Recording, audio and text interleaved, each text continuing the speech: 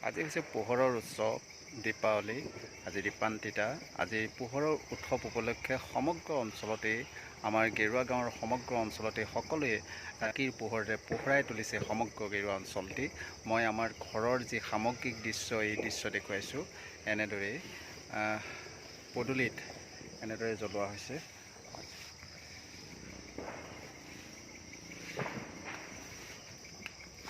চাকিৰ পোহৰত এনেদৰে পোহৰাই তোলা হৈছে সমগ্ৰ অঞ্চল, সমগ্ৰ বাউণ্ডেৰীবিলাক, প্ৰতিটো ঘৰৰ বাউণ্ডেৰী, চাৰিসীমা, ৰাস্তাত সকলো ধৰণৰ তেনেকৈ পোহৰৰ উৎসৱ দীপাৱলী উপলক্ষে সুন্দৰভাৱে সজাই তোলা হৈছে।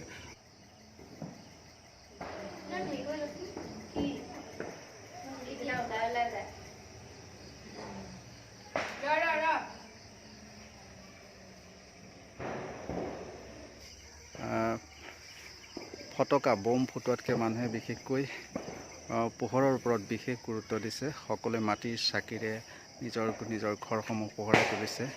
কৰোণাই সৃষ্টি কৰা যি ভয়াৱহ পৰিৱেশ, এই পৰিৱেশৰ পৰা যেন পৰিত্ৰাণ পাবৰ কাৰণে সকলোৱে নেদেখাজনৰ ওচৰত প্ৰাৰ্থনা জনাইছে।